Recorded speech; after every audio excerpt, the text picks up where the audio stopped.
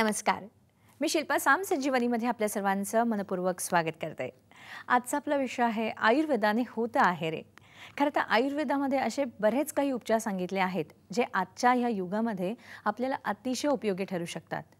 अनेक आजार कोणते तर ह्यामधील महत्त्वाचा आपल्याला आजार जो आढळतो तो आहे थायरॉइड. थायरॉइड होण्याचं प्रमाण स्त्रियांमध्येच काय पुरुषांमध्ये देखील आपल्याला वाढताना दिसून येतं.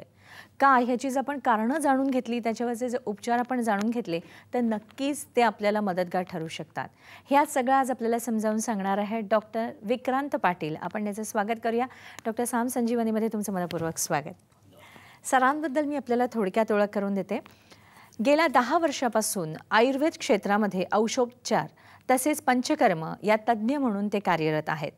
बाह्य रुग्ण परीक्षण तसेच बाहेरून गावाहून येणाऱ्या रुग्णांसाठी राहण्याची सोय असणारे आयुर्वेदिक रुग्णालयाची त्यांनी कात्रज पुणे येथे स्थापना केलेली आहे. स्वतः औषधी निर्मिती करून रुग्णांसाठी त्यांचा वापर केला जातो. द आयुर्वेद थायरॉइड क्लिनिकची सुद्धा मुख्य शाखा भारती विद्यापीठ धनकवडी पुणे येथे असून दुसरी शाखा डेक्कन पुणे येथे आहे. मुलुंड मुंबई, दादर, पिंपरी चिंचवड, कोल्हापूर, दिल्ली येथे रुग्ण परीक्षणासाठी त्यांच्या अनेक भेटी असतात आणि अनेक रुग्णांना ते तपासत असतात. थायरॉइड या आजारावरती प्रामुख्याने ते उपचार करतात आणि श्री विश्वयज्ञ आयुर्वेद तर्फे द आयुर्वेद थायरॉइड क्लिनिक चालवणे, ज्यामध्ये अनेक थायरॉइडबद्दलचे ज्या काही शंका कुशंका ज्या असतात त्या सॉल्व्ह केल्या जातात, समज गैरसमज दूर केले जातात, बऱ्याच गोष्टींची माहिती ते देत असतात. पण आज मात्र तुमच्या मनामध्ये जे काही थायरॉइड संबंधात प्रश्न असतील तर तुम्ही आता थेट डॉक्टरांना विचारू शकता. आपला तुम्हाला फोन नंबर लागेल. आपला फोन नंबर असा आहे 66843333. मुंबई व्हॅली सगळ्या प्रेक्षकांनी 022 हा STD कोड लावायचा आहे. चला तर कार्यक्रमाला सुरुवात करूया. सर, मला पहिल्यांदाच असं विचारायचं आहे, तुम्ही थायरॉइडवरती एवढं बरंच संशोधन केलेलं आहे, त्याच्यावरती क्लिनिक देखील आपलं चालवत आहात, तर मुळातच थायरॉइड म्हणजे काय? म्हणजे तो ग्रंथी असतात इथपर्यंत माहिती आहे, पण काय होत असतं नेमकं ह्या आजारामध्ये? थायरॉइड ही गळ्यामध्ये या ठिकाणी असणारी जी ग्रंथी आहे तिला थायरॉइड म्हणतात. बेसिकली ज्या वेळेला एखाद्या माणसाला थायरॉइडचा आजार झाला असं म्हटलं जातं, ती ग्रंथी मुळातच असते, फक्त त्या ग्रंथीशी रिलेटेड कुठला तरी आजार त्या माणसाला झालेला असतो. मग त्यामध्ये वेगवेगळे प्रकार असतात, जसं की हायपोथायरॉइडिझम, हायपरथायरॉइडिझम असेल किंवा ग्रेव्स डिसीज असेल, हाशिमोटो डिसीज असेल, याच्यासारखे वेगवेगळे आजार हे थायरॉइडच्या अनुषंगानं होत असतात. म्हणजे थायरॉइडच्या ग्रंथीचं काम बिघडणं ह्याला आपण थायरॉइड झाला असं म्हणतो. काही माणसांच्यामध्ये त्याच्या ग्रंथीचं काम करण्यामध्ये बिघड झालेलं नसतो, पण माणसांच्या गळ्यामध्ये इथे अशा पद्धतीने एखादा सूज आलेली दिसते, ज्याला आपण गलगंड म्हणतो, गॉयटर असं इंग्लिशमध्ये म्हटलं जातं, तर तो प्रकार त्याच्यामध्ये दिसून येतो आपल्याला.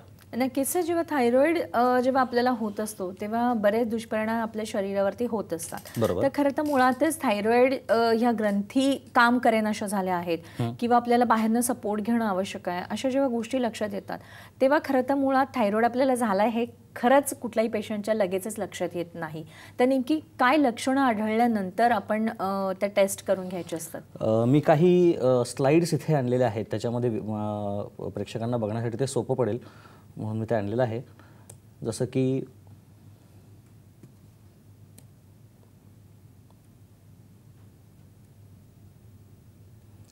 हा थायरॉइडची जी लक्षणं आहेत त्याच्यामध्ये बेसिकली आपण पाहू शकतो की थायरॉइड हा क्रियात्मक आणि रचनात्मक अशा 2 पद्धतीने होत असतो.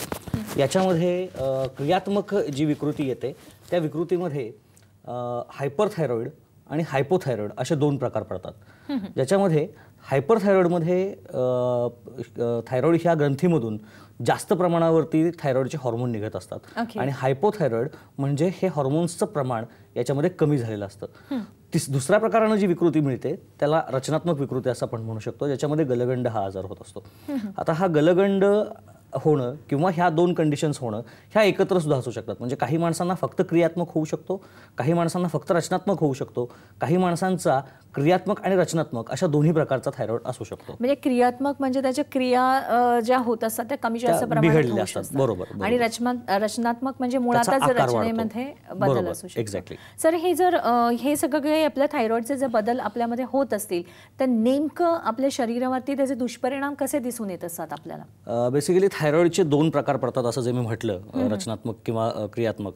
त्यातल्या क्रियात्मक प्रकारामध्ये हा हायपोथायरॉइड नावाचा प्रकार होतो. म्हणजे मुद्दामच या ठिकाणी हा जो फोटो मी टाकलेला आहे, या फोटोमध्ये आपल्याला त्या लक्षणांच्या काही गोष्टी दिसून येतील. जसं की हायपोथायरॉइड ज्यावेळेला होतं त्यावेळेला मेटाबॉलिझम हे लो डाऊन झालेलं असतं.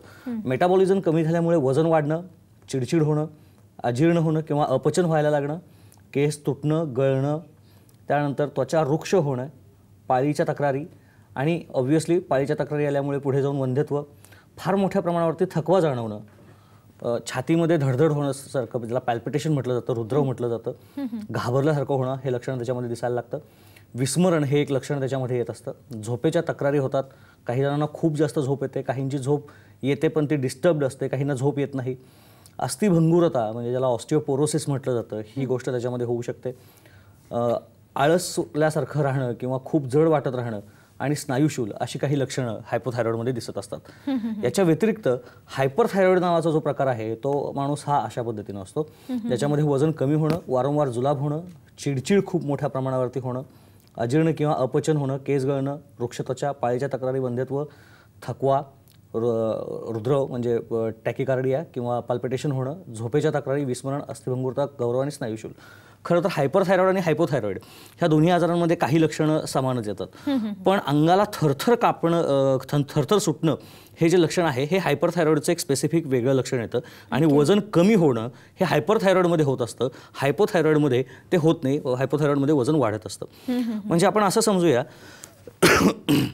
की हायपोथायरॉइड आणि हायपरथायरॉइड ह्या दोन ज्या कंडिशन्स आहेत, या कंडिशन्समध्ये एकामध्ये हायपोथायरॉइड म्हणजे या ठिकाणाहून दोन हॉर्मोन्स सिक्रेट होत असतात. पहिला जो आहे तो T3 आणि दुसरा जो आहे तो T4. या दोन हॉर्मोन्सचं प्रमाण ज्यावेळेला त्याच्या शरीराला आवश्यक असणाऱ्या प्रमाणापेक्षा ते कमी होतं त्यावेळेला आपण हायपोथायरॉइड झाला असं म्हणत असतो. आता या ग्लँडवरती कंट्रोल ठेवणारी एक मास्टर ग्लँड मेंदूच्या खालच्या भागामध्ये सिच्युएटेड असते, जिला पिट्युटरी ग्लँड असं म्हणतात. या पिट्युटरी ग्लँडमधून TSH म्हणजे थायरॉइड स्टिम्युलेटिंग हॉर्मोन नावाचा एक हॉर्मोन तिथून निघत असतो. बऱ्याचदा असं होतं की रुग्ण ज्यावेळेला त्यांचा रिपोर्ट बघतात त्यावेळेला ते म्हणतात की हे आमचे 3 हॉर्मोन आहेत, T3, T4 आणि TSH.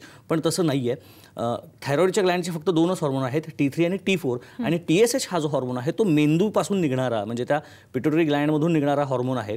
त्या ग्लँडच्या नावामध्येच त्याचं काम दिलेलं आहे आणि तो म्हणजे थायरॉइड स्टिम्युलेटिंग हॉर्मोन. म्हणजे असं लक्षात घ्या की एखाद्या कंपनीचा एखादा बॉस आहे आणि तो बॉस खालच्या सगळ्या कामगारांवरती व्यवस्थित लक्ष ठेवतोय, तर तसं ह्या TSHचं म्हणजे थायरॉइड स्टिम्युलेटिंग हॉर्मोनचं कार्य आहे. खालच्या हॉर्मोन्सनी म्हणजे T3 आणि T4 ह्या दोन हॉर्मोन्सनी व्यवस्थित काम करावं यासाठी TSH कार्य करत असतो. ज्या वेळेला हे T3 किंवा T4 किंवा दोन्ही ह्यांचं प्रमाण कमी होतं त्यावेळेला त्याचा सिग्नल मेंदूकडे उलटा जातो. मेंदूकडे गेल्यामुळे मेंदूला कळतं की बाबा ह्या ठिकाणी आपल्या शरीरातले जे हॉर्मोन्स आहेत ते आता कमी झालेले आहेत आणि म्हणून मेंदू स्वतःचं प्रमाण वाढवतो, स्वतः TSHचं प्रमाण वाढवतो. आणि हे TSHचं प्रमाण वाढवल्यामुळं म्हणजे थायरॉइड स्टिम्युलेटिंग हॉर्मोनचं प्रमाण वाढवल्यामुळं तो हॉर्मोन थायरॉइडच्या ग्रंथीमध्ये जाऊन तिथल्या ज्या सेल्स आहेत त्यांना स्टिम्युलेट करतो की तुम्ही अजून मोठ्या प्रमाणावरती हॉर्मोन सिक्रेट केला पाहिजे आणि T3 आणि T4चं प्रमाण वाढतं आणि ते वाढून नॉर्मलला येतं. पण त्याच्याबरोबरीनं काही लक्षणं उभी राहिलेली असतात आणि म्हणून आपण टेस्ट करायला जातो. आपल्याला असं जाणवतं की T3 आणि T4 नॉर्मल आहे, TSH वाढलेला आहे. ही जी कंडिशन आहे ह्याला आपण हायपोथायरॉइड म्हणतो. बरोबर याच्या उलटी कंडिशन ही हायपरथायरॉइडमध्ये होत असते. इथे एक रिव्हर्स मेकॅनिझम आहे. म्हणजे मेंदू हा सर्वेसर्वा आहे आणि खालच्या ग्लँडवरती शरीरातल्या प्रत्येक अवयवावरती लक्ष ठेवण्याचं काम हे ती मेंदू करत असतो. त्याच पद्धतीनं ज्यावेळेला इथले हॉर्मोन्स जास्त मोठ्या प्रमाणावरती सिक्रेट होतात त्यावेळेला मेंदू स्वतःचं बॉसिंग जे आहे ते कमी करतो आणि कमी केल्यामुळं TSHचं प्रमाण कमी होतं. TSHचं प्रमाण कमी झालं की एक्स्ट्रा वाढणारा जो T3 आणि T4 हे जे दोन हॉर्मोन आहेत त्यांचं प्रमाण कमी होतं आणि पेशंट हायपरथायरॉइडच्या कंडिशनमध्ये त्यावेळेला आलेला आहे असं पण म्हणतो. नक्कीच. आणि जी आपल्याला लक्षणं जी जाणवतात की हायपोमध्ये वजन वाढतं आणि हायपरमध्ये वजन कमी होतं, अशा ह्या प्रामुख्याने दिसणाऱ्या ज्या गोष्टी आहेत त्या आज आपण वेळीच लक्षात घेतल्या त्या लवकरात लवकर त्याचं निदान होऊ शकतात. निदान झालं की उपचार करणं हे डॉक्टरांना सोपं जातं. कसं हे नक्कीच जाणून घेऊया. कार्यक्रमाचा पहिला फोन आपण घेतोय. मनीषा आपल्याशी बोलतायत औरंगाबादहून. हॅलो, नमस्कार. हॅलो. हॅलो, नमस्कार मॅडम. मला सरांना प्रश्न विचारायचा आहे. हां. माझं वय आहे 43 आणि 12 वर्षापासून मला थायरॉइड आहे. ओके. आणि त्याच्यानंतर बीपीचा पण मला त्रास आहे. बरं. आणि वजन माझं खूप वाढतंय. तर त्याच्यासाठी काय करावं? अच्छा, तुमचं सध्या कुठलं औषध चालू आहे? काय औषधं घेताय तुम्ही? सध्या मला थायरोनॉर्म 125 चालू आहे. ओके. वजन आता साधारण किती असेल तुमचं? 98 किलो आहे आणि मेनोपॉजचा सुद्धा त्याच्यात त्रास सुरू झालाय. बरोबर. ठीक आहे, तुमच्या प्रश्नाचं आपण नक्कीच उत्तर जाणून घेऊया. पण वेळ झाली आहे का ब्रेकची? घेतो आहे छोटासा ब्रेक.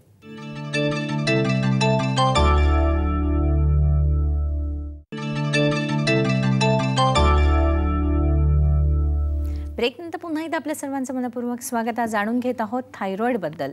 यावर आज आपल्याला विशेष मार्गदर्शन करत आहेत डॉक्टर विक्रांत पाटील. तुमच्या मनामध्ये जे जे काही प्रश्न असतील नक्कीच सरांना विचारा. पण ब्रेकवर जाण्यापूर्वी मनीषा यांनी जो प्रश्न विचारला होता आणि तसं बघायला गेलं सर, तो प्रातिनिधिक स्वरूपाचा होता की त्यांचं वजन जे आहे ते वाढतं आहे, वय 43 वर्ष आहे, मेनोपॉजकडे चाललेलं आहे, त्यांना 125 mgच्या त्या गोळ्या घेत आहेत. सर काय सांगाल, त्यांनी नेमकं काय केलं पाहिजे? वजन वाढणं ही एक मोठी समस्या असते. नाही, थायरॉईडच्या बाबतीत जर बघितलं तुम्ही तर एकतर सगळ्यात पहिली समस्या ही आहे आपल्या देशाची की जवळपास 43 लाख लोकांना आज भारतामध्ये थायरॉईड आहे. हे हा WHO ने काढलेला निकष आहे. दुसरी गोष्ट अशी की जे थायरॉईडचे पेशंट्स आहेत त्यांच्यामध्ये मी जसं मागाशी सांगितलं त्या पद्धतीनं त्यांच्यामध्ये बरीच लक्षणं दिसत असतात, ज्याच्यामधलं एक लक्षण हे वजन वाढणे हे आहे. दुसरी गोष्ट अशी की मोस्ट ऑफ द थायरॉईड पेशंट्समध्ये डायबिटीस होणं हे अत्यंत स्वाभाविक असतं किंवा अशा माणसांना डायबिटीस होण्याचे चान्सेस जास्त असतात, वाढलेले असतात. दुसरी एक गोष्ट अशी आहे की आत्ता जसं त्या पेशंटनी सांगितलं त्या पद्धतीनं त्यांचं वजन वाढतं आहे, त्यांना मेनोपॉज आता जवळ आलेला आहे, ब्लड प्रेशरचाही त्रास आहे असं त्यांनी सांगितलं आपल्याला. मूळ गोष्ट अशी म्हणजे ह्याच्यामध्ये आपल्याला आयुर्वेदाचा गाभा इथं आपलं काम करतोय आणि तो असा की मला हे अतिशय अभिमानानं सांगावंसं वाटतं की ह्याच एका कारणासाठी आम्हाला आयुर्वेदिक थायरॉईड क्लिनिक सुरू करावं लागलं. कारण मी बऱ्याचदा रुग्णांच्यामध्ये हे बघतो की रुग्ण त्यांना थायरॉईड झालेला असतो, ते थायरॉईडची औषधं घेत असतात, पण दुर्दैवानं की त्यांना थायरॉईडचं औषध घेऊन सुद्धा त्यांची सगळीच्या सगळी थायरॉईडची जी लक्षणं आहेत ती लक्षणं पूर्णपणे जात नाहीत. जर असं होत असेल तर याच्या मागचं मूळ कारण काय हे आपण शोधून काढलं पाहिजे आणि ह्याच कारणाला शोधता शोधता आमच्या आयुर्वेदिक थायरॉईड क्लिनिकची निर्मिती झाली. होतं असं की मी बऱ्याच पेशंटना हेच उदाहरण सांगतो की एखादं लहान बाळ आहे आणि त्या लहान बाळाला खरं तर सगळ्यात जास्त गरजेचं आवश्यक असणारं किंवा महत्त्वाची गोष्ट म्हणजे त्याला आईच्या अंगावरचं दूध प्यायला मिळालं पाहिजे. पण समजा ते त्याला मिळत नसेल तर तो काय करेल, त्याला आपण गाईचं किंवा पावडरचं दूध देऊ, त्यानं काय होईल, त्याचं पोषण होईल. पण तेवढं पोषण नाही होणार किंवा त्याचा तेवढा फायदा नाही होणार जेवढा त्याला आईच्या दुधाचा होईल किंवा तेवढा फायदा त्याला होणार नाहीये पावडरच्या किंवा गाईच्या दुधानं.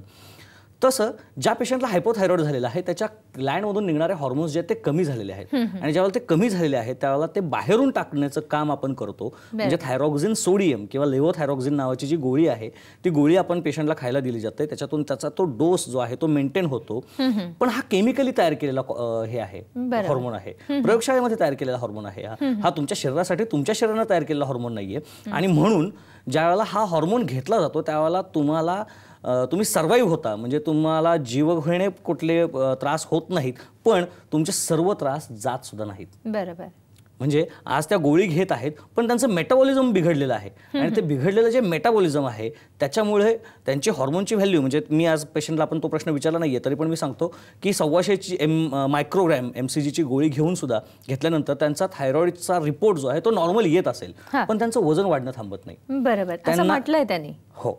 त्याच्याशिवाय ज्या त्यांनी सांगितलेल्या नाहीत त्याही गोष्टी मला इथं सांगू इच्छितो मी की त्यांच्यामध्ये त्यांचे केस भयानक पद्धतीने गळत असतील, पायाची किंवा पाठीची कमरेची हाडं दुखत असतील, पाळीच्या वेळेला बऱ्यापैकी त्यांना तक्रारी होत असतील, याशिवाय मानसिक म्हणजे चिडचिड होणं वगैरे सारखी लक्षणं त्यांना दिसत असतील.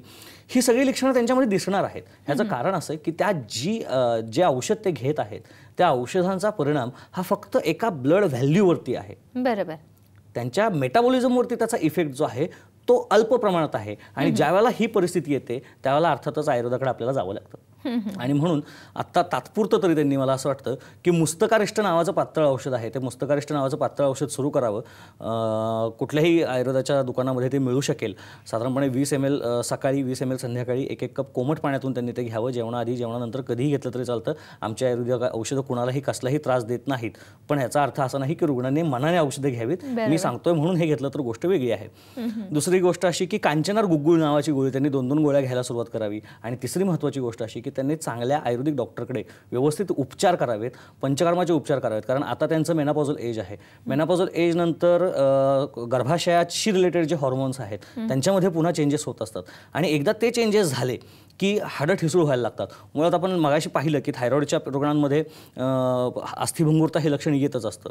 वजन ज्यावेळेला वाढायला लागतं एका बाजूला, तेही पुन्हा म्हणजे मेनोपॉज झाल्यानंतर त्यांचं वजन आणखीन वाढणार आहे. बरोबर. एका बाजूला त्यांचं वजन वाढणार आहे, दुसऱ्या बाजूला त्यांची हाडं ठिसूळ होणार आहेत आणि तिसऱ्या बाजूला त्यांचं ऑलरेडी त्या थायरॉईडचे पेशंट आहेत. त्यामुळे आत्ता ह्या घडीमध्ये त्यांनी व्यवस्थित आयुर्वेदाची औषधं घेऊन पंचकर्म करून स्वतःला व्यवस्थित करून घेणं. कारण अजून वेळ गेलेली नाहीये. एकदा गेल्यानंतर वेळ काम करण्यामध्ये फारसा अर्थ नाही. त्यामुळे आता त्यांनी खूप चांगल्या पद्धतीने ट्रीटमेंट घेणं गरजेचं आहे. नक्कीच सर, जसं आता तुम्ही सुचवलेलं आहे की ही जी औषध आहे गुग्गुळ किंवा काही आसवं तुम्ही सुचवलेत, पण हे त्यांनी घ्यावं माझं काही म्हणणं नाहीये. पण तज्ज्ञांच्या सल्ल्याने त्यांनी घेतलं पाहिजे, जसं आता त्यांनी तुमचा सल्ला घेतलेला आहे. पण मला असं म्हणायचं सर, तुम्ही इतके गेली कित्येक वर्ष ह्याच्यावरती संशोधन करत आहात, नवीन नवीन संशोधनं येत असतात. तर ही जी आसवं आहेत किंवा ही जी औषधं आहेत त्याच्यामध्ये देखील तुम्ही संशोधन करून नवीन नवीन औषधं काढलेली आहात. ह्याबद्दल जरा त्यांना सांगितलं तर ते नक्कीच भेट घेऊन त्या काहीतरी उपचार करण्याचं ठरवतील. आम्ही खरं तर औषधं तयार केलेली आहेत, पण ह्या औषधांचा एवढा रेंज एवढी मोठी येते अजूनसुद्धा.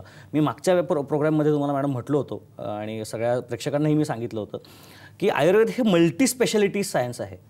इथं म्हणजे बाकीच्या पॅथीजमध्ये नाकाचा डॉक्टर, कानाचा डॉक्टर वेगळा आहे. इथे प्रत्येक माणसाचा डॉक्टर वेगळा आहे, प्रत्येक माणसाचं औषध वेगळं आहे. बरोबर. आणि म्हणून एकच वैद्य आयुर्वेदातला हा सगळ्या आजारांवरती चिकित्सा करू शकतो, हे त्याच्या मागचं गमक आहे. आणि म्हणून एक आजार ज्यावेळेला आमच्याकडे येतो त्याच्यासाठी आम्हाला 100, 125, 150, 200 औषधं आम्हाला तयार करावी लागतात. आणि त्या पद्धतीची औषधं आम्ही तयार केलेली आहेत.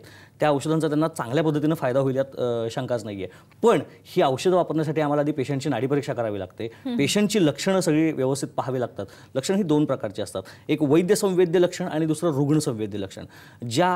जे त्रास पेशंट स्वतः जाणून घेतो त्याला रुग्ण संवेद्य म्हटलं जातं. म्हणजे त्यांनी सांगितलं की माझं वजन वाढतंय, तर ते रुग्ण संवेद्य आहे. आणि याच्या उलट मी त्यांना तपासल्यानंतर मला असं जाणवतं की बाबा ह्यांच्या पोटामध्ये कृमी असण्याची शक्यता आहे किंवा यांना काहीतरी लिव्हरला सूज असण्याची शक्यता आहे. आणखीन काही ज्या गोष्टी आहेत ह्या ज्या